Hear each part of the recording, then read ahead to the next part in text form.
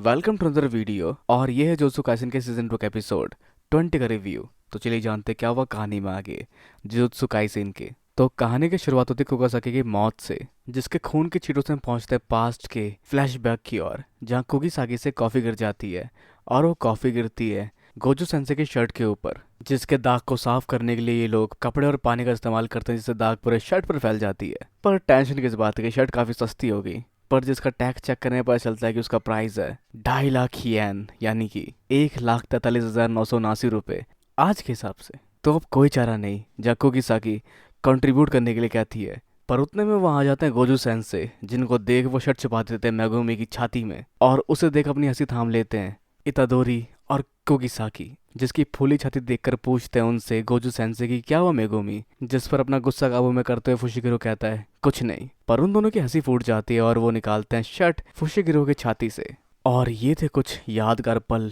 जिसके बाद हम बढ़ते हैं अभी के करंट समय में, जहाँ कुकिसाकी के सर पर एक छेद हो चुका है, जिस सब से इतादोरी सदमे में चला जाता है और याद करता है पहली बार हारने के बाद, सुकाना के आने के बाद कई सारे लोगों का मारा जाना और साथ में ननामी का मारा जाना, जिसके बाद अब कुकासाकी भी जा चुकी है, जहाँ वो सदमे में बस चिल्लाता है और कुछ नहीं कर पाता, जिसकी तरफ बढ़ता है माहितो ब्लैक फ्लैश का इस्तेमाल करते हुए, मतलब एक कर्ज होते हुए ब्लैक फ्लैश टेक्निक का इस्तेमाल कर पाना, जहाँ वो खुद अपने पोटेंशियल से ये नहीं समझ पा रहा कि वो एक कर्ज है। पर खैर आगे वो कई सारे वार और करता है तदोरी के ऊपर और उसको उठा उठा के पटकता है और बात करता है उस जस्टिस की जिस पर विश्वास है तदोरी को, जहाँ ये लोगों को मारता है और इतादोरी बिना झिझके उनको बचाने की कोशिश करता है। और वो आगे कहता है पर ये जंग इंसानियत और कर्ज के बीच के अस्तित्व के फैसलों को लेगी और चुनेगी कि उनमें से कौन आगे अस्तित्व में रहेगा, जो पीट पीट के काफी बुरी हालत कर देता है इतादोरी की। जिसके बाद वो आगे पूछता था इतादोरी से कि क्या तुमने कभी गिना है कि तुमने कितने सारे कर्ज को मारा है। पक्का नहीं गिना होगा, और मैंने भी नहीं गिना कि मैंने कितने इंसानों को अब तक मारा है। और आगे एक ऐसा वार करने जा रहा होता है जिससे इतादोरी मर सकता है, लेकिन तभी ताली की आवाज आती है और इतादोरी वहां से गायब होता है, जिसके साथ सामने आता है तोदो, जो एक कमाल की और शांत एंट्री मारता है, जो बात करता है मंदिर की घंटी की, जिसकी आवाज की गूंज जो हवा में चेतावनी बिखेर देता है, और एक बड़े पेड़ की तरह जो एक समय बाद झड़ जाता है, यानी कि जो आया है उसे जाना भी पड़ेगा। पर ये एक्सेप्शन है जहाँ पर सामने आ चुका है तोदो उसका सामना करने के लिए। तो अब क्या होगा आगे, उससे पहले हम बढ़ते हैं फ्लैशबैक की ओर, जब तोदो ने यहाँ एंट्री मारी थी और वो स्टेशन की हालत देख के समझ पाता है कि गेटो निकल चुका प्रेसिडेंट ब्रांड लेकर वहाँ से। जिसके बाद प्लान में चेंज किया तोदो ने, तो इनका प्लान गोजू सादारू को बचाना नहीं होगा, इनका प्लान होगा आसपास के बाकी दुश्मनों को हराना और अपने और साथियों को बचाना। और कहता है कि उसका भाई भी कहीं आसपास ही होगा, जहाँ इसके साथ आए बंदे को कोई अंदाज़ा नहीं था कि इसका कोई भाई भी है। और जिसके बाद ये यहाँ पहुँचता है, जहाँ उसको देखकर महितो को याद आता है स्कार फेस वाला बंदा, जो अपनी टेक्निक से जगह स्विच कर सकता है, जिसके बारे में बताया था उसको हनामी ने, जिसको हराने में उसको काफ़ी मुश्किल हुई थी। तो खैर उसके साथ आया बंदा हील कर चुका होता है कोगिसाकी को, पर उसका बचना भी काफ़ी हद तक क्रिटिकल है, तो अगर मारी जाए वो तो उसका ब्लेम भी इसको नहीं दिया जा सकता। और जहाँ आगे तोदो इतादोरी को उठने के लिए कहता है, पर जहाँ इतादोरी हौसला हार चुका होता है और वो कहता है मुझे माफ़ कर दो तो मैं नहीं लड़ सकता। और रोते हुए कहता है कि कोगिसाकी ही नहीं, ननाबी भी मारे गए और कई सारे लोग, और जब मैं सुकाना बना तब मारे गए। मुझे लोगों को बचाना था, पर मेरी वजह से इतने सारे लोग मारे गए, मैं किसी को नहीं बचा पाया।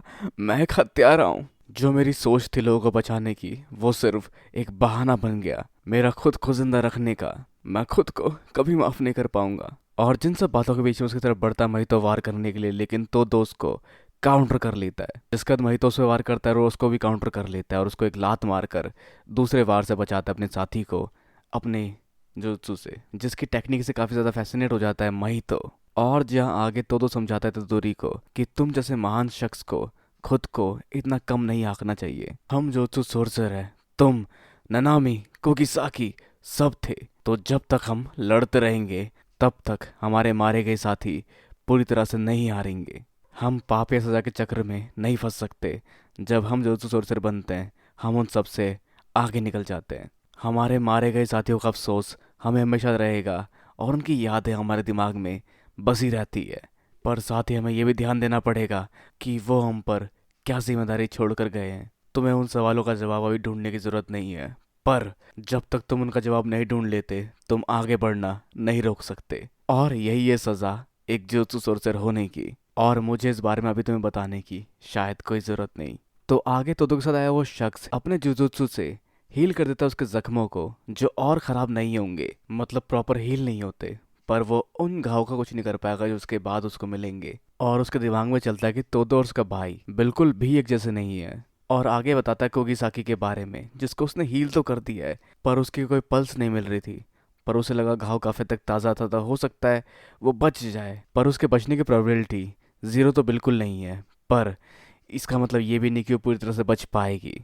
और इसके अलावा आगे बढ़ता है तो दो महितो की ओर, और उसके वार से बचकर अपना वार करता है वो महितो पर, और जिसे काउंटर करके महितो भी अपना वार करता है, लेकिन उसको काउंटर करके दोबारा तो दो उसका सामना करता है और दोनों का मुकाबला काफ़ी तक बराबरी का आगे चल रहा होता है। जहाँ तोदो के वारों को काउंटर करने के लिए महितो अपना शेप चेंज कर लेता है और तोदो अपनी पोजीशन जैसा वो कई बार करता है और अपना एक और वार करने जा रहा होता है वो महितो की ओर, जहाँ महितो भी एक्साइटेड होता है ब्लैक फ्लैश को दोबारा इस्तेमाल करने के लिए उसके ऊपर। पर तभी वो दोबारा अपनी पोजीशन चेंज करता है और उसकी जगह आता है अपने वार को तैयार करता हुआ तदोरी, जो अपने आप को संभाल चुका है, जो माफ़ी मांगता है ननामी से और समझता है कि वो आसान रास्ता ले रहा था अपने पाप से बचने के लिए, उसे अपने पाप को भुगतना पड़ेगा। और ननामी की बोली गई आखिरी लाइन को याद कर वो इस्तेमाल करता है ब्लैक फ्लैश का, जहाँ साथ ही वो सोचता है कि उसे सिर्फ अपनी ही नहीं ननामी की तकलीफ़ों को भी बांटना पड़ेगा। पर उसके उस वार से भी मई तो अपने आप को संभाल लेता है। पर तभी हम बढ़ते एक ट्रेन के सफ़र में, जहाँ पर मीवा अपने हाथ में मैकामारू को लिए बैठी होती है, जो मीवा को वापस लौटने के लिए कहता है। पर वो पूछती कि तोदो और नीता को उसने वहाँ जाने क्यों दिया फिर, क्योंकि 99% चांस है कि तोदो शिबुया में नहीं मरेगा, जो पावरफुल है, और ना ही नीता मरेगा अगर वो तोदो के साथ रहा तो। और उसकी टेक्निक काफ़ी तक यूज़फुल रहेगी उस जगह पर, जिस पर मीवा पूछती है कि क्या उसके हिसाब से वो कमज़ोर है। पर सिचुएशन ऐसी है ही नहीं कि किसी को कमज़ोर या पावरफुल कहा जाए, उनकी टेक्निक वहाँ कंपेटेबल नहीं है।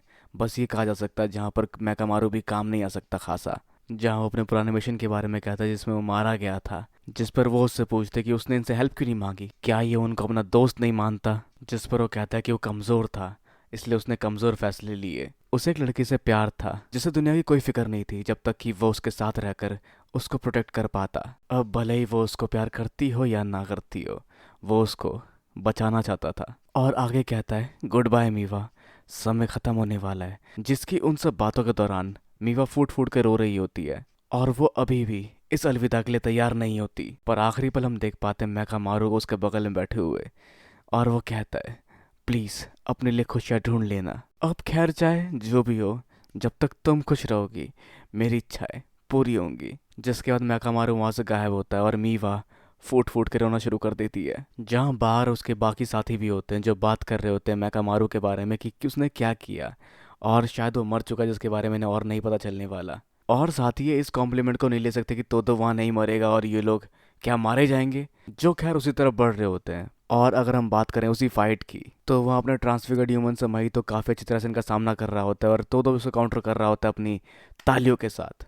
और आगे दोनों उस तरह से कोऑर्डिनेशन बनाए हुए महितो का सामना करते हैं, जहाँ महितो भी भागता हुआ कई सारे ट्रिक्स का इस्तेमाल करता है, जैसे लड़ते हुए क्लोन्स इस्तेमाल करना और ट्रांसफिगर्ड ह्यूमंस इस्तेमाल करना और बहुत सारी टेक्निक, जिन सब का सामना कर रहा होता है तदोरी और तो तालियों से जगह बदल बदल कर। जहाँ आगे सिचुएशन कैलकुलेट कर रहा होता है महितो, जहाँ तो अपनी फुल स्ट्रेंथ में, पर तदोरी अपने 10% पे और महितो अपने 40% पर है, जिसने कई सारे तगड़े तगड़े वार खाए, जैसे उसके क्लोन का मारा जाना और तदोरी के बहुत सारे वार, और साथ में कुगिसाकी के वो वार जो उस तक पहुँचे थे उसके क्लोन से, वो भी एक हैवी इम्पैक्ट डाले हुए हैं उसके शरीर पर। तो अब आगे उसे पहले मारना पड़ेगा तोदो को, जिसके लिए वो इस्तेमाल करता है अपने ट्रांसफिगर्ड ह्यूमन का, जिससे एक रेलगाड़ी बन जाती है जो उनका पीछा करना शुरू करती है, जिससे बचकर वो पीछे हटते हैं। पर उस रेल से डिवोर्ड होता है महितो और तोदो पे कई सारे और वार करना शुरू करता है, जहाँ वो आसपास खड़े लोगों को पकड़कर उन्हें तलवार बना के उनकी तरफ फेंकता है और आगे दो और लोगों को अपना हथियार बना के वार कर रहा होता है उसे तोदो पर, जिससे बच तोदो से वार करता है, लेकिन वो अपनी तलवार के साथ अपने हाथ को पहुंचाने वाला होता है